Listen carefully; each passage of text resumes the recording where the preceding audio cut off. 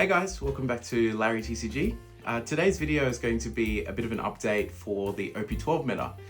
So if you'll recall, at the start of the format, I put out a video sort of speculating on what the format would shape up to be, sort of determine what sort of decks would be played and what we were expecting to see on the top tables, what counters we were going to expect to these decks, and then sort of some dark horse picks or some rogue kind of decks that we could expect might see a bit of rise in popularity due to some good matchups or popularity across the player base. So this is an update video just to, I guess, see where we're at the moment. We've had some big events happen. You know, we've had Dallas Bandai Fest, we've had a bunch of regionals across the world, we've had all manner of store events and treasure cups and whatnot. We've got quite a bit of data now to see what decks have actually been popular and see what decks have been dominating in those events. So let's have a chat about it. So, how's the format going? Overall, I think that the format's actually really good. The game itself has been really popular. It's seen a massive influx of new players, at least from my perspective at least.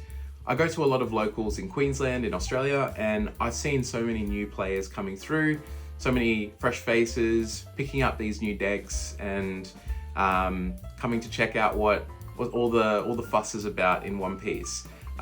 We're at obviously OP12 now, so we've had such a large increase in the card pool and the variety of leaders that people can play. And, you know, even things like word of mouth is very important.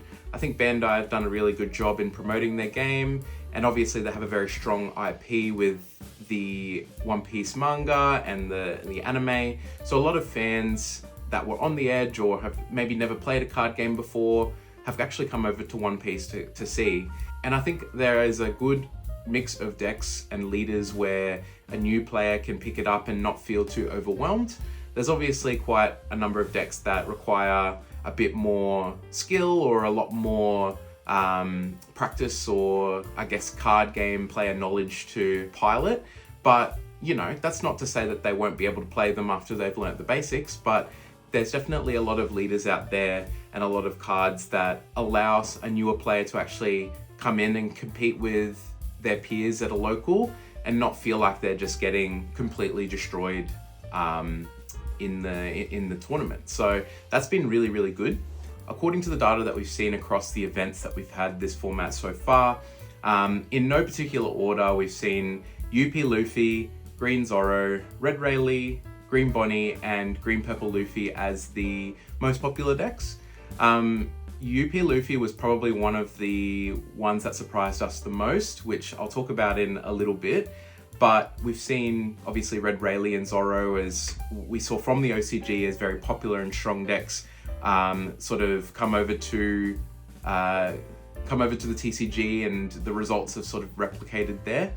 The format itself has been developing quite substantially, and people are getting better at optimizing their decks and playing their curves and deck building and playing into certain matchups themselves.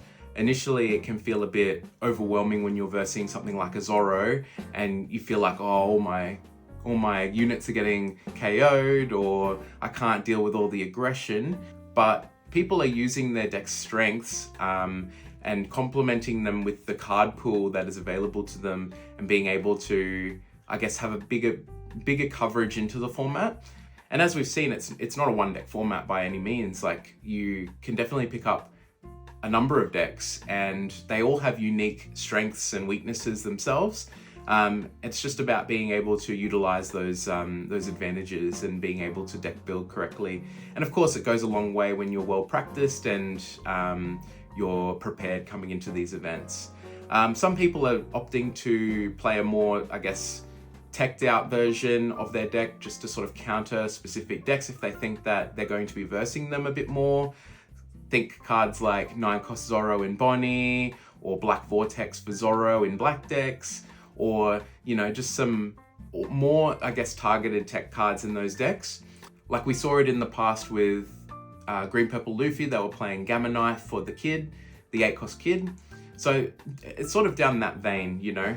But I think also you have people that really just want to focus on the strengths of their deck and being able to effectively deck build, play on curve, and just do what their deck does well, which the simplistic approach is actually quite good.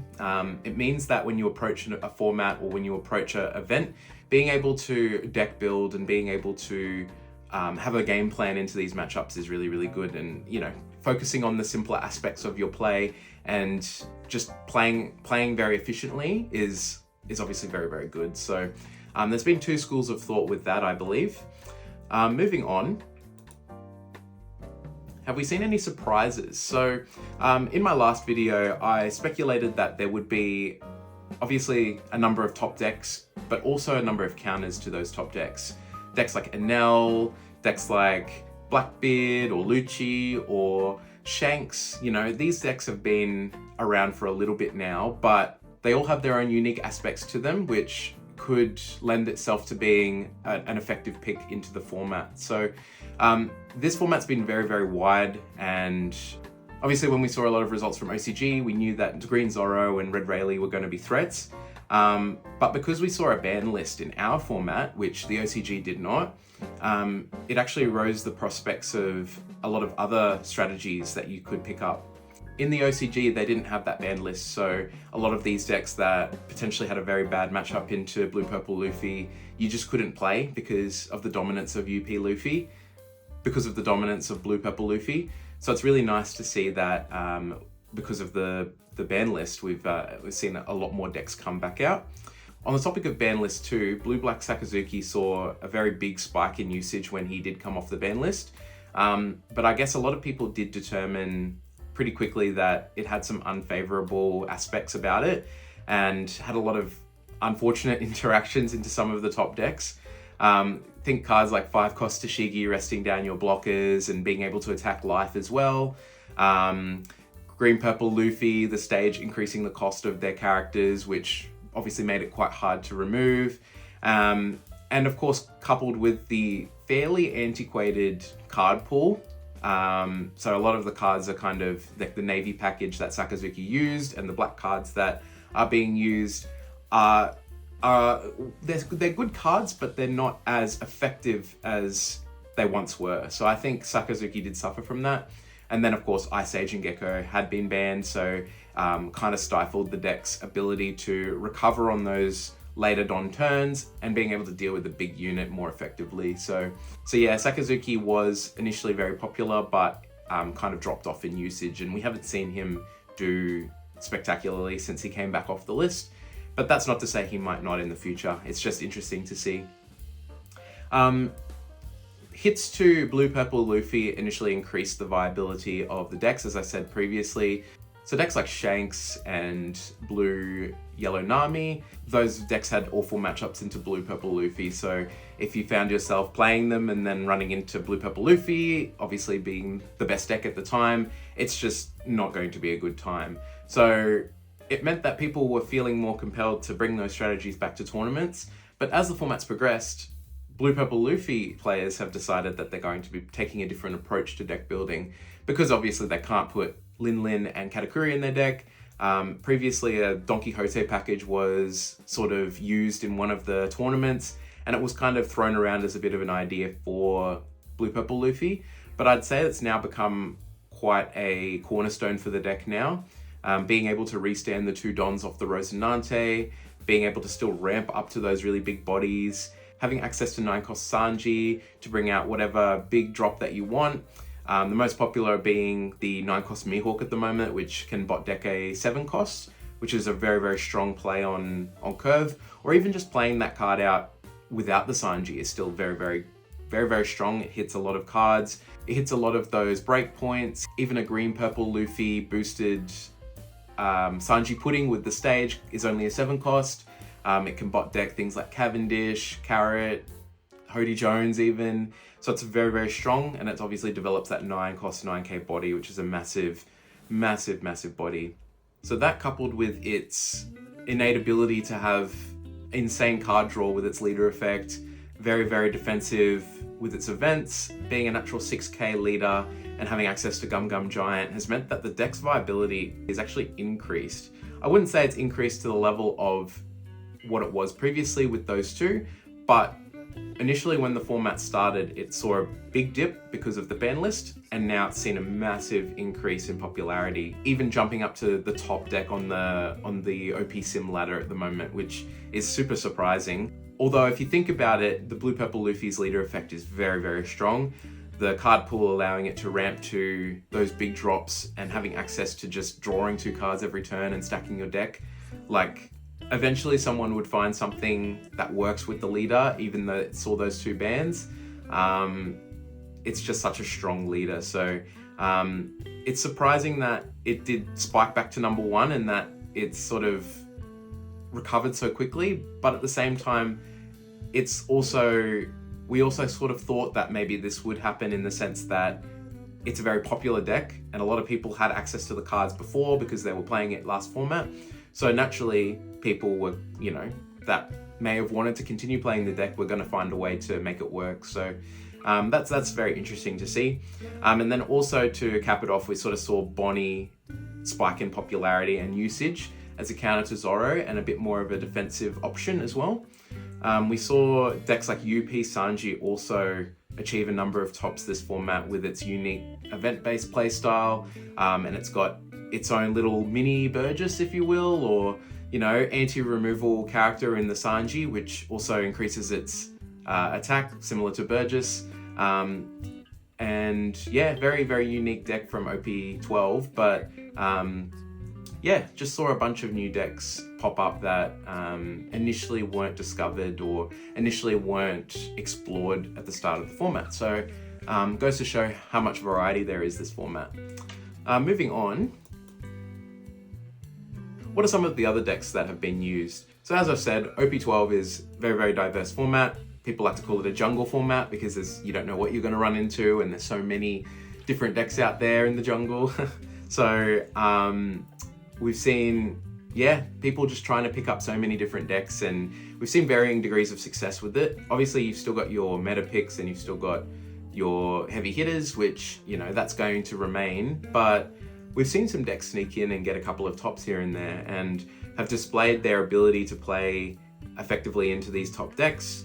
If you couple creative deck building with a good run, a good pilot, and being able to catch, I guess, your opponent off guard, which naturally, if you're playing a bit of a rogue deck, the blue color or the yellow color or the green color or whatever color can represent so much in terms of card pool. And, coupled with a unique leader effect or a specific attribute or typing, it can lead to some really interesting deck construction. So some more recent examples of this, I guess, have been Blue Yellow Nami saw a big increase in popularity, and seeing quite a large card pool across blue and yellow and a very unique defensive leader effect has meant that people have been sort of playing her a lot more since the Blue Purple Luffy bans. UP Sanji, as I said earlier, very unique deck.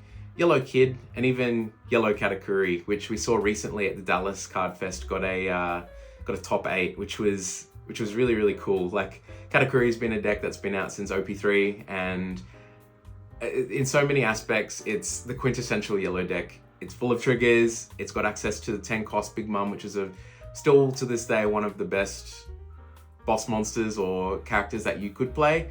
And it's incredibly interesting to see what kind of cards they're using in Katakuri now, because the deck's been out since OP3. It's OP12 now, so they have such a large array of options now, which is really cool. And even decks like Blue-Green Rosinante. There's a couple of guys at our locals that love playing Rosinante, and honestly, it's got some pretty interesting interactions with the leader being able to block, having access to, cards like Sugar, archetype locked to Don Quixote Pirates, making use of cards like Cavendish and Carrot and 8-cost Kid, of course. It can lead to some pretty interesting situations, and the deck does have some unique strengths. So we've seen some usage for that.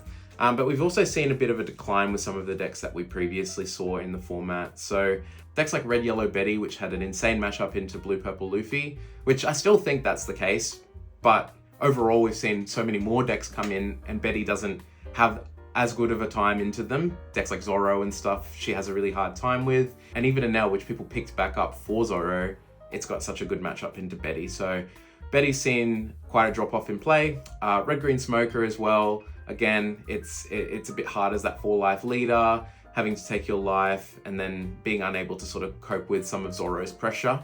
Purple Luffy with Purple Black Luffy have also seen a little bit of a decline. They're obviously very strong decks and they do have their advantages to them, being able to access Gum Gum Giant. These decks can still access Lin Lin and Katakuri if they still want, because they're not banned from using it, which is really cool. I know that Purple Black Luffy doesn't use it, but Purple Luffy definitely loves those cards. But I guess people have just either moved on to other decks or they're just finding it a little bit tricky to navigate the format with them. So that, we've got Blue Buggy, which Blue Buggy had a really good matchup into Blue Purple Luffy last format, and suffers a little bit into some of the decks as well. And you know, there can be some instances where Buggy does suffer into some rogue decks as well. Koala, for example, has an insanely good matchup into Buggy because of the unique characteristics of the deck. And there are just some things that Buggy can't keep up with at the moment. So I guess people have decided to not play Buggy at the moment. Green Yellow Yamato as well obviously saw the structure decks come out, just like Blue Buggy did. Unfortunately, Yamato hasn't seen a large amount of play. We had one result recently in New Zealand, in Auckland, at a regional in August. That Yamato player came second, which incredible work, very, very strong. I suggest you check out their list. It was really, really cool, and it was good to see that even Yamato can still keep up with some of these decks. But yeah, overall, in terms of a use rate, they have declined. So, but that's meant that other decks have popped back up too.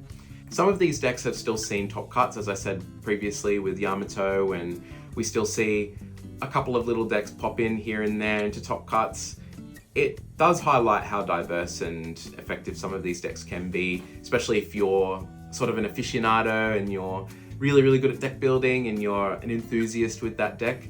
We've all had that one player at locals who has their favorite deck. It's max rarity. They've played it since it's come out. They know every matchup in and out. It's a little bit scary, if I'll be honest. If I sat across from that in a regional, like if I sat across from, say, a Rosinante player with full max rarity deck, and you know, they knew exactly what curve they wanted, they knew exactly what they were searching for, and it's like the confidence to bring a deck like that to a big event in itself is pretty remarkable, considering there are so many other decks that people are using that are so strong now. But it goes to show that if you're confident, you've got good play, and your deck is built right, you may actually succeed. So yeah, that's what we've seen in terms of other decks. Last topic I want to go on to is, what do we expect to change from PRB? So PRB, I'm not going to go too much in depth around PRB because it probably deserves its own video, to be honest. It's such a big set and it has so many cards that are coming out and so much to talk about in terms of support for these decks. But I guess the main takeaway is that there are a lot of cards coming out that support existing decks. Decks like Blue, Yellow Nami, Red, Green Smoker, Kobe, Shanks, Bonnie, you name it. So many other decks as well. A number of cards are coming out that just add to the deck's overall strategy and give them a bit more of a boost into the format. I can't really say what will change in the sense that, you know, will these decks become tier 1? Will they suddenly become insane? My feeling is that it won't be super significant, but it's definitely very welcomed changes for the decks, and adding extra cards is always better. It gives you more options. I think that with OP13 coming out, a lot of eyes are already looking over to that new format. So whilst PRB is very exciting, there's lots of really cool artworks and alt arts that people can pull, as well as those gold dons. I think overall, people are more looking to OP13, but don't miss this set for sure. There's going to be some really good ones in there. And I'm sure you've seen a lot of the leaks and reveals from PRB already. So yeah, very excited for this one. But yeah, thank you very much for watching. I just wanted to do a quick one today. Let me know if you have any comments around anything that was discussed today. What are you most excited about for PRB, for OP13? What do you suspect will increase in popularity and become more of a mainstay into the format? And yeah, thank you again, and I'll see you in the next one.